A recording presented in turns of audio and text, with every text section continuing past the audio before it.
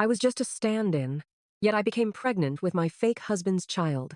When the real heiress returned, I fled overnight, only to be caught by him on a foreign street. He not only chased me to Paris, but also pulled me into his arms. He gently asked if I had had enough fun. And even when I tried to deny my identity, he accurately listed all my preferences, including the 5 million I had secretly transferred. He easily discovered and froze it, simply because he had seen through all my disguises long ago, yet still chose to play along with my act. I got pregnant in the 8th month of Jason's marriage, but I wasn't his wife. I was just a stand-in. The eldest daughter of the Miller family ran away from her wedding, and I, who looked 80% like her, was conscripted to impersonate her. Jessica's father promised me 5 million a year later. Now, things have changed a little. I quickly called him. Find the person and swap them back quickly, or it'll be too late. I didn't even pack my luggage. I was sent away overnight. Half a month later, I was feeding pigeons on the streets of Paris, wondering what to do about the baby. Suddenly, I was pulled into someone's arms. The man gently stroked my cheek and slowly said, "Wife, have you had enough fun? It's time to come home." Being conscripted to marry Jason was a complete surprise. I was buying grilled squid on the street when I was inexplicably grabbed. Strong bodyguards dragged me into a luxury car without a care.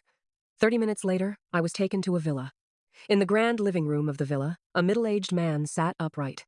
As soon as he saw me, he picked up a teacup and threw it at me. His voice boomed. "Jessica, do you know what the consequences of running away from your wedding are? How could I have raised a daughter like you?" I deftly dodged his attack. The man grew even angrier. "Still daring to dodge? I've raised you for so many years and you've made such a big mistake and you still dare to dodge? Huh?" He picked up his cane, intending to hit me. I ran around the living room screaming, "Who's Jessica? Don't hit me! You've got the wrong person!" After I showed him photos, my social media, and my digital ID, he finally accepted the fact that I wasn't his daughter. I was just a passerby who happened to look inexplicably similar to his daughter. As an apology, he compensated me with 10,000 yuan. I happily took the money, ready to leave. But then I heard the man say to me, "Miss Isabel, seeing that you're short on money, I have a deal I'd like to discuss with you. There will be a generous reward if it's successful." That one sentence stopped me in my tracks. There was still a month until the wedding. Jessica had run away. If Jessica returned before the wedding, he would give me 500,000 yuan. If she didn't return, I would impersonate his daughter and marry. The term was 1 year, and whether she was found or not, I would receive 5 million yuan. I was very short on money. In a moment of impulse, I agreed. "Wife, spacing out at a time like this?" Jason was displeased. He bit my lip. "Baby, you're being so naughty tonight. Don't you want to get out of bed tomorrow?" I snapped out of my jumbled memories and quickly said, No, I'm super well behaved. I have to work tomorrow. Please, please." I blinked my eyes pitifully, begging him. Jason tucked my sweat-dampened hair behind my ear and leaned down to kiss me. He whispered devilishly, "Too late." My eyes were vacant, staring into space. Damn it, no one told me before I got married that Jessica's husband had such a strong libido. Jessica's father told me that his daughter and Jason were in a business marriage. They had only seen each other's photos and had never met. And I looked exactly like Jessica. So much so that Jessica's father, not believing it, had a paternity test done with me. Unfortunately, we had no blood relation. We just purely looked alike. I was heartbroken. My fantasy of being a rich young lady was shattered. If I couldn't be a rich young lady, I could be her stand-in. Still rich. Jessica couldn't be found, so I had to bravely step in for all the meetings, dates, including the marriage registration and wedding that Jason proposed. On the wedding night, I sat in the bridal suite wearing a 7-figure wedding dress, waiting for him. He pushed the door open, and the flickering light cast his long shadow. Jason's tone was calm. "Miss Jessica is very nervous?" I swallowed, my fingers nervously fiddling with the wedding dress. Next." He loosened his tie and stated, "I have normal physiological needs. I was prepared before marrying in her place. A newlywed couple couldn't possibly have a sexless marriage. Jason is very handsome, and he has a great physique. 6'2", 8-pack abs, 7 inches, cough cough. In short, I'm definitely not the one losing out." The next day, I woke up and pondered life while hugging the blanket. Jason wrapped his arms around me from behind. "What's wrong, wife?" I never knew I was this kind of person. His voice carried the hoarseness and satiety of waking up in the morning. I murmured. "I actually had sex with my husband on our wedding day. How could I be so open-minded?" He pressed me back down. "Tomorrow works too." At that time, I hadn't realized something was wrong. Perhaps it was my first taste of intimacy, and I was a little addicted. One day, after half a year of being deeply in love with Jason, I suddenly woke up with a start. No, I wasn't his wife at all. Half a year had passed since the wedding. In the morning, I went to work at the Miller family's company. Before leaving, Jason and I kissed goodbye. Wife, I'll pick you up today. Don't wander off. I nodded. Okay. The first time Jason came to pick me up, I ran to the snack street to buy grilled squid, chatting with the owner and not checking my phone. As soon as I opened my phone, I found a flood of calls and messages from him. He was wearing a suit that looked out of place on the snack street, and he hugged me in front of the bustling stalls. He whispered in my ear, in a voice only we could hear, "Baby, if this happens again, I'll punish you." My ears flushed red. Shut up! Shut up! No dirty talk in public! He ruffled my hair and then pinched my ear. Next time, remember to tell me in advance. I'll worry if I can't find you. After that day, Jason started picking me up every now and then. I didn't think anything was wrong. After work, I got into the car and hugged and kissed him. We kissed for a long time, but we still weren't home. I looked out the window and realized we were going the wrong way. Where are we going? Jason held the back of my head. You'll know in a bit. As we approached our destination, Jason put a blindfold on me. About 5 more minutes passed, and he stopped me. The blindfold was removed. The setting sun poured over a garden full of red roses, magnificent and dazzling. Behind me, someone pushed a birthday cake forward. Amidst cheerful singing, Jason leaned down and kissed me. Happy birthday, Jessica. I wondered why he suddenly brought me here. It turned out it was Jessica's birthday. My heart was complicated.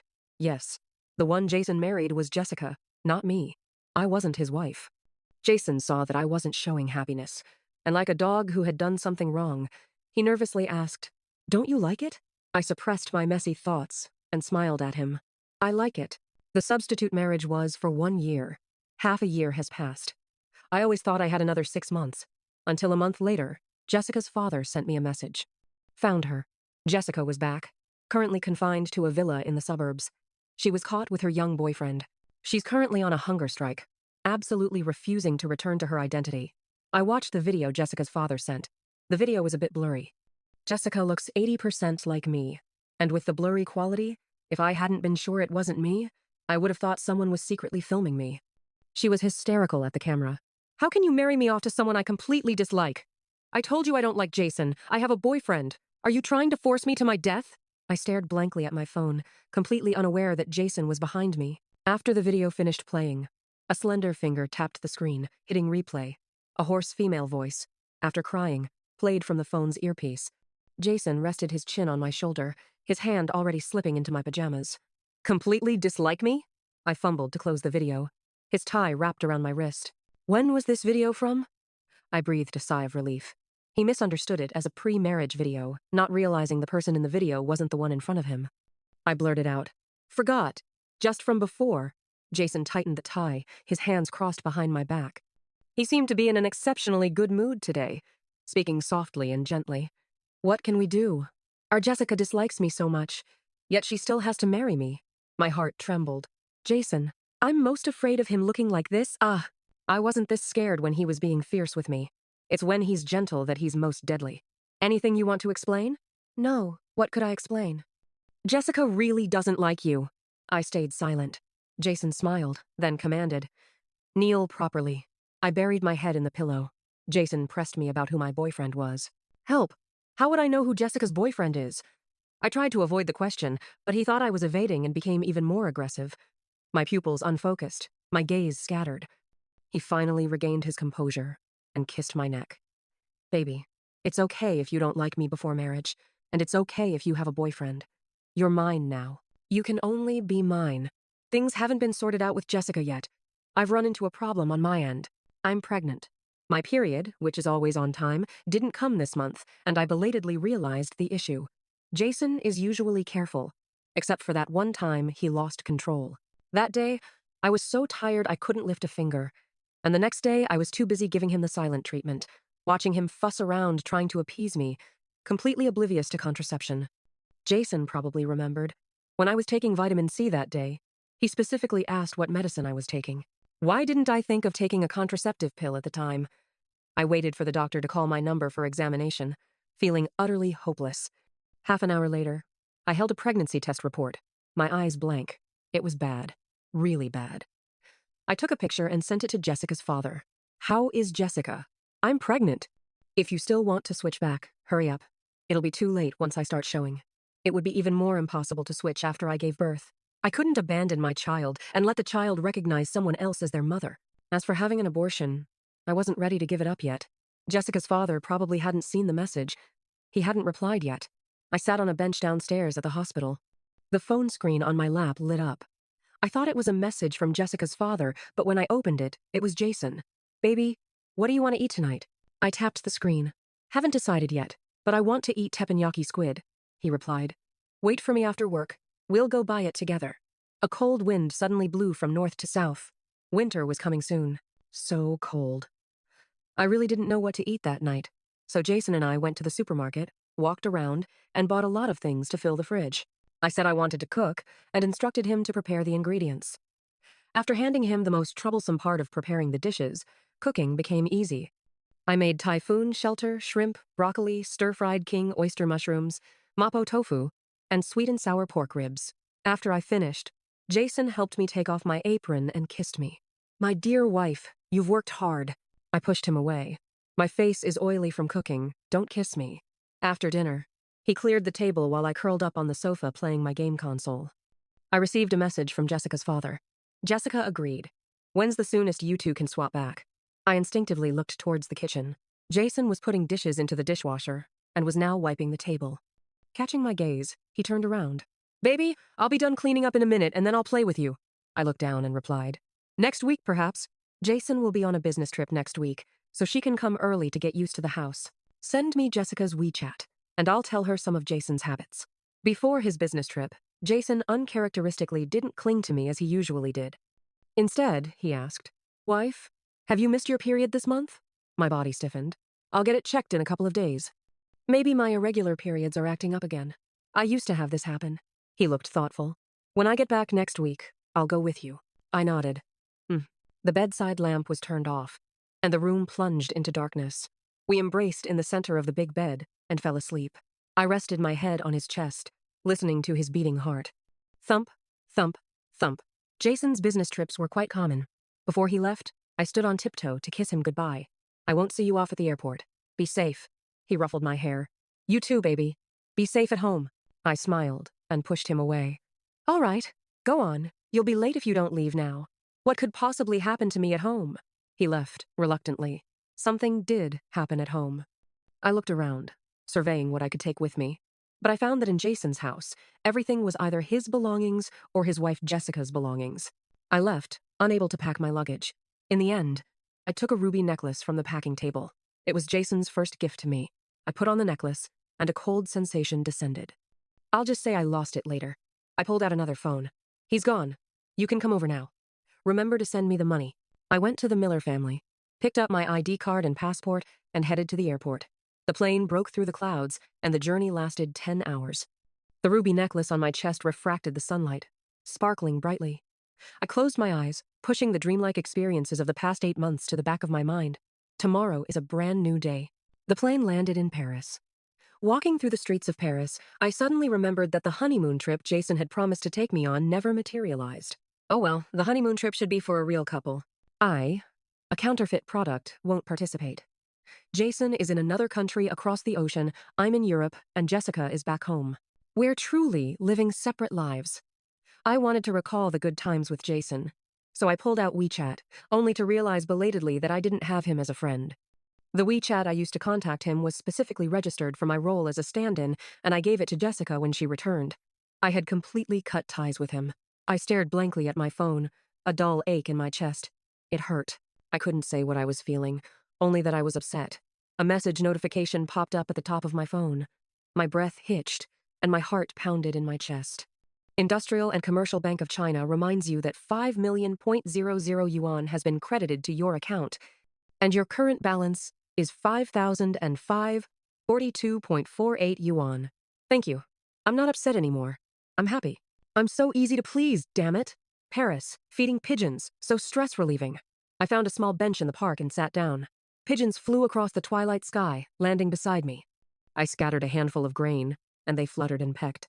I scattered another handful, and they pecked and pecked. It really is so stress-relieving. There were even two that fought over food. Feathers were blown by the wind, floating gently onto the water. I grabbed another handful of grain.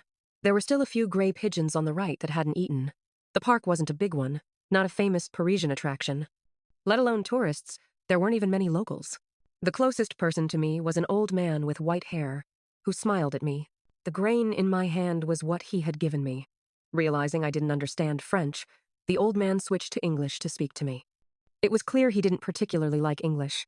His sentences were always very short. I wanted to chat with him for a bit, but he waved his hand dismissively, telling me to go feed the pigeons myself. He was a very peculiar old man. Fortunately, he was very friendly. Pigeons swam on the water and flew in the sky. The western sun, like a giant egg yolk, was rolling down. I swallowed, craving a salted egg yolk. Dusk was burning, and I raised my phone to the foreign sky, capturing the moment. A white dove flapped its wings from a corner. The resulting photo was stunning. I'll post it on WeChat moments later. I enjoyed the natural tranquility. At the other end of the park, a couple walked by. The woman's belly was large, clearly pregnant. Her husband and she strolled hand in hand. I froze. Things I had pushed to the back of my mind came rushing back. I touched my belly. What about this child? If I give birth, a single-parent family doesn't seem good for the child. Although I got $5 million, raising a child, especially in the capital, is incredibly expensive. Raising it poorly feels like I'd be letting it down. And its father is married. Is it unethical to secretly have a child in this situation? If I don't give birth, I haven't decided. Do I really have to abort my first child? I sighed. I'll agonize over it for another month. I must decide within a month. For now, I won't make things difficult for myself. It's all Jason's fault for not taking precautions and not reminding me to take birth control. Annoying. He had his fun, and now all the problems are left to me. Bored, I grabbed some millet and drew a circle on the ground. Watching the pigeons form a circle to eat the millet, my mood improved slightly. Then I scattered 2 more handfuls of circles. Repeating meaningless mechanical actions, all the messy thoughts in my head drifted far away. After I fed the last handful, I heard someone ask me in English, "Finished feeding?" I was spacing out and didn't realize the voice was very young. I thought it was the strange old man from before, so I casually replied, "Yes, I'm done feeding. Do you have any more food? Can I buy some from you?" He ignored me. I turned my head curiously, wanting to see what the strange old man was doing. But before I could see clearly, I was pulled into someone's arms. My head hit a chest. The pectoral muscles were huge, as big as my fake husband's. A faint scent of bitter orange leaf wafted over. Time to go home after feeding the pigeons. The man's dry, large hand caressed the side of my face. I was forced to look up, meeting his gaze. Jason's tone was slow, his voice incredibly gentle. Right, wife? Wasn't he on a business trip across the Atlantic? Why was he here? Haven't had enough fun yet and want to keep playing? Jason separated my hands, his long fingers intertwining with mine. He leaned down slightly and bit my earlobe. Wife, do you need me to stay with you? Something wasn't right. I tried to wriggle out of his embrace. I failed. Jason held me tightly. I pushed him hard, but couldn't break free. I feigned anger. Are you sick? Hugging people and calling them wife in the park? If you don't let go, I'll call the police. But Jason wasn't intimidated by me at all. He snatched my phone and held it high, saying casually, "Can't call the police now." He was 20 centimeters taller than me. I couldn't reach my phone at all. Couldn't reach it even if I jumped, unless I climbed on him. I was shocked. You're robbing me too? That's an even worse crime. He didn't care. Can my wife come home with me now? Wife, my ass. Your wife is Jessica, not me. I tried to snatch my phone back, and as expected, I failed. Jason even picked me up by the waist. I struggled. What are you doing? I don't know you. Don't just claim me as your wife. Only you. My struggle might have been a bit too strong, and Jason let go. But he was still holding my hoodie hood, so I couldn't run away. I was only wearing a hoodie today. If I took it off, I'd be streaking. I was resigned. Big brother, who are you? For the sake of us both being Chinese, please let me go, okay? Don't make a spectacle of us in a foreign country. He picked me up horizontally. Explain it to me back at the hotel. He emphasized the word hotel. I looked up at the sky. How can someone just claim a wife, randomly? Jason ignored me and stopped talking to me. Annoying. The hotel he booked was huge. The presidential suite really is different. He threw me onto the bed. The bed bounced, and so did I. Just as I was about to get up, Jason pressed his entire body onto mine. We were so close I could see the fine hairs on his face. His breath brushed lightly against my cheek. Jason caressed my eyebrows and eyes. Start explaining. I swallowed. Do I have to explain in this position? Jason's hand slid down, resting on my stomach. He replied, the baby is pregnant, so no. A jumble of images flashed through my mind. My relationship with Jason wasn't without conflict. I often made him angry over small things, like standing him up, or stirring up trouble for no reason. When life got too boring, I'd find an excuse to argue with him. Jason was very cooperative with my little schemes. It's just that afterward, I always apologized while his fingertips touched my lips, implying, if baby wants to coax me first before explaining, that's fine too. I pitifully tried to act cute. I'm really not your baby. Did you mistake me for someone else?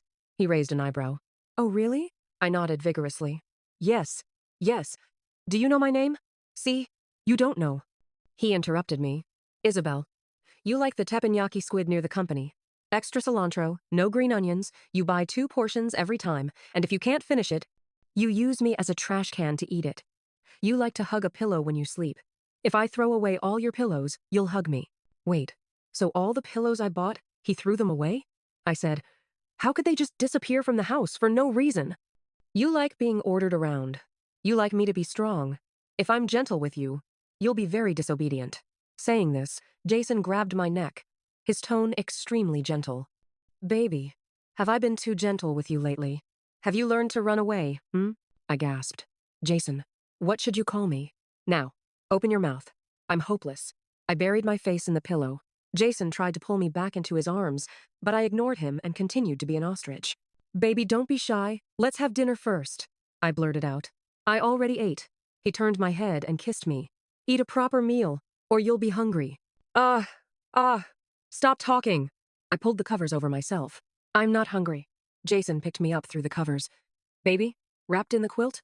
You look like a little turtle. I poked my head out. You're the little turtle. He nodded.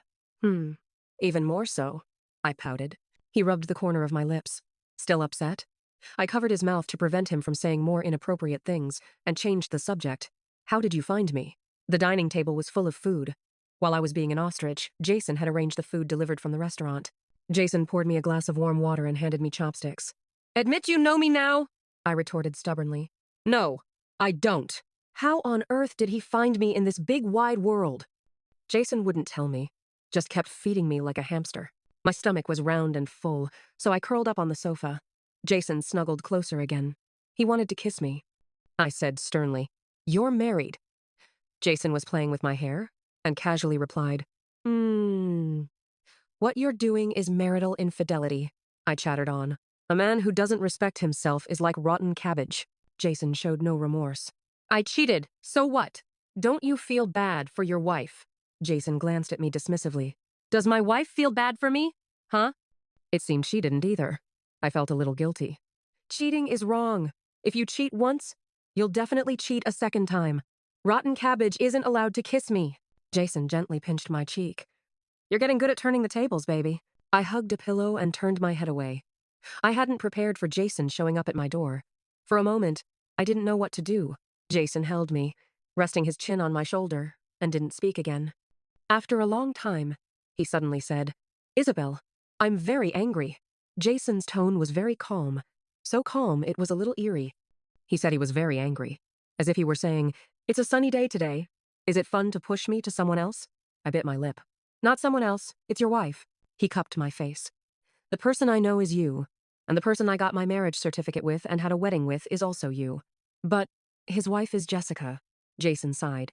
I filed for divorce before I came to find you. When we return to the country, the cooling-off period will be over, and I'll be single again. I was stunned. Just like that? Divorced? Jason hooked my fingertips. I'm very angry. You should coax me. Wife, I'm very easy to coax. He was so pitiful. Good thing I'm tough, not soft. I'm a tyrant at home. Jason was at a disadvantage, and I suddenly became bold. No. Are you really not going to coax me? I nodded. No, he pondered. Okay, don't regret it. What could I regret? Half an hour later, I really did regret it. I hugged my pajamas and went to the bathroom to wash up. Jason, for once, didn't cling to me today. When I came out of the bathroom, drying my hair, He naturally found the hairdryer and helped me blow dry my hair. I lay on the bed playing with my phone, always feeling like something wasn't right. I observed my phone and concluded that Jason had touched it. He had swapped the positions of two rarely used app icons. This was a new phone, and he hadn't entered his fingerprint, so how did he unlock it? I turned my head, and Jason turned it back. Don't move. Blow your hair. When did you change your phone password? Oh, right. What did you do with my phone? Jason did something bad. How could he be so honest? What bad thing?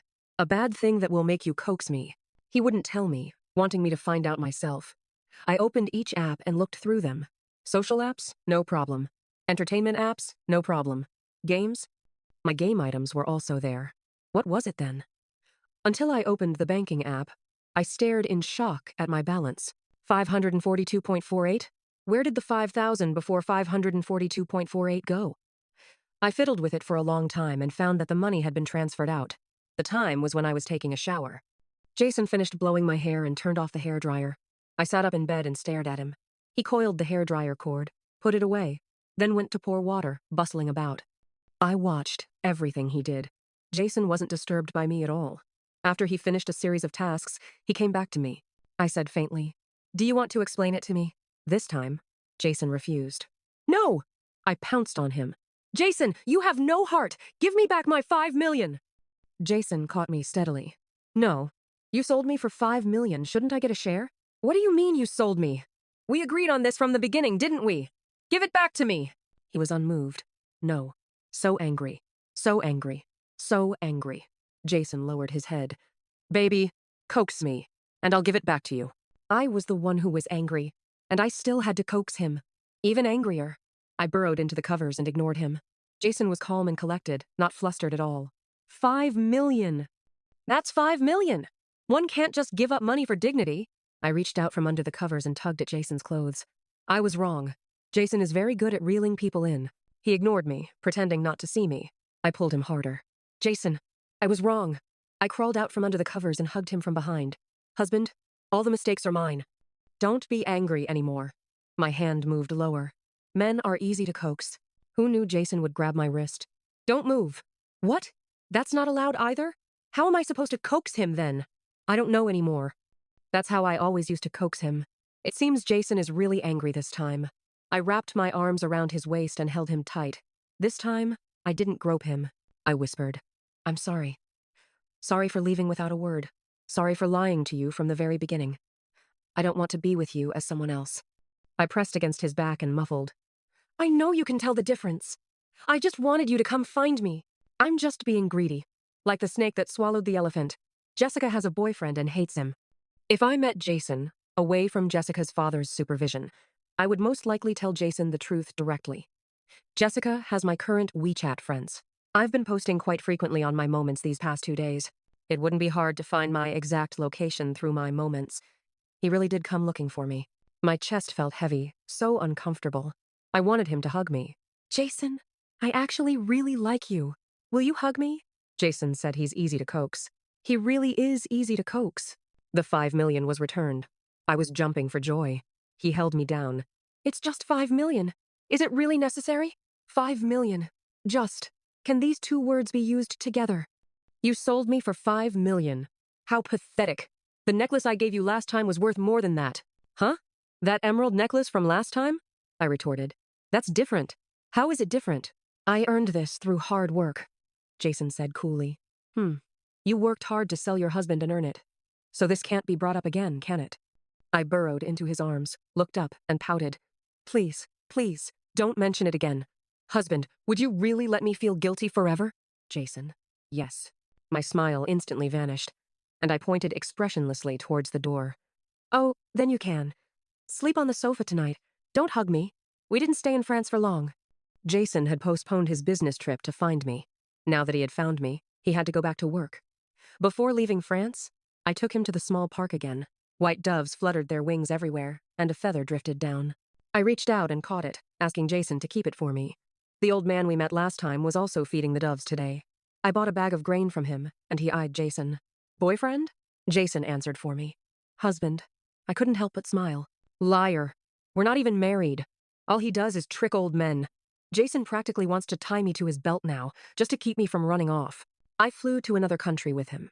Jason worked on his stuff, and I played on mine. He's quite efficient. He gets things done quickly. The rest of the time, he spent with me. I asked him. Aren't you going back home? Jason glanced at the calendar. Another week. Why? The divorce cooling off period isn't over yet. You could go back and wait. He ruffled my hair. No, I don't want you overthinking things if you run into Jessica. I grumbled softly. I'm not that sensitive. He raised an eyebrow. Really? Am I? It's all his fault. He used to occasionally call me Jessica in bed and even said happy birthday Jessica on my birthday. Annoying. I hate it. And I had nowhere to protest. Luckily, he usually calls me wife and baby more often, and my name less. Jason bent down and kissed me. I'll call you Belle from now on. No need for that either. My ears felt a little warm. I prefer you call me baby. Jason's voice is very mature.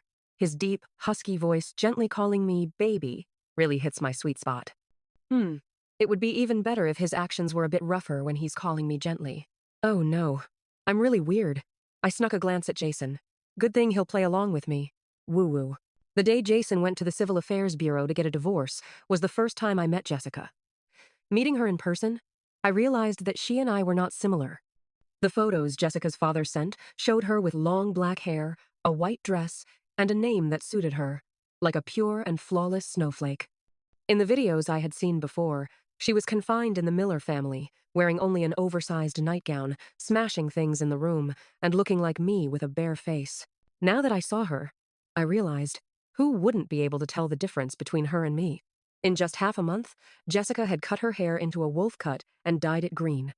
Wearing a retro velvet shirt with black straight-leg pants, she took off her sunglasses and looked at us as we arrived. I was stunned. She glanced at Jason. Then her gaze lingered on me. I was very blunt. Do you really have a boyfriend and not a girlfriend? Jessica raised an eyebrow. Boyfriend? I'm heterosexual. Oh, I see. Preconceived notions in people's hearts are indeed a mountain, she suddenly added. Dead straight. The existence of stereotypes makes sense. Jason didn't let me talk to her much. The divorce, without any conflict, was very quick. The two came out with their red certificates, and Jessica waved at me. I'll treat you to dinner sometime, thank you very much. Her dad gave me $5 million, and she still had to thank me. A world where only Jessica's father was hurt had been achieved. I watched Jessica's retreating figure, lost in thought, when Jason took my hand. What? Are you interested in her? Huh? Why does that sound like jealousy? He didn't deny it. I'm jealous. I laughed. You're jealous of a girl too? He squeezed my palm. You just asked her about her sexual orientation. I wrapped my arms around his neck and kissed him. Jason, she's straight, and so am I. She has a boyfriend, and so do I. Don't be randomly jealous. I only like you. He hugged me and we kissed passionately at the entrance of the Civil Affairs Bureau. Two girls walked past from the roadside. I heard one of them say, they're already kissing at the entrance of the Civil Affairs Bureau. Newly married couples are just different. The other said, exactly.